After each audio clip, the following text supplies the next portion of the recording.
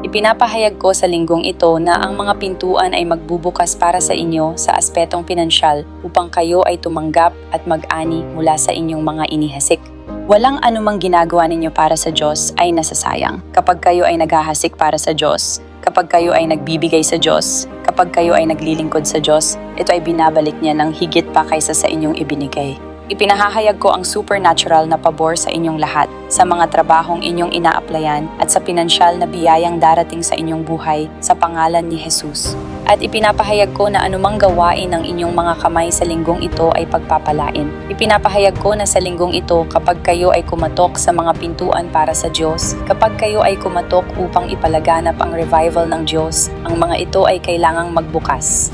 Kapag kayo ay nagsalita sa mga bundok, sila ay kikilos sa pangalan ni Jesus. Ibinabahagi ko ngayon ang apoy ng banal na Espiritu sa inyong lahat upang kayo ay mag-alab na ipalaganap ang revival na ito ng higit pa, upang kayo ay mag-alab na makatagpo ng mga tao si Jesus tulad ng inyong naranasan.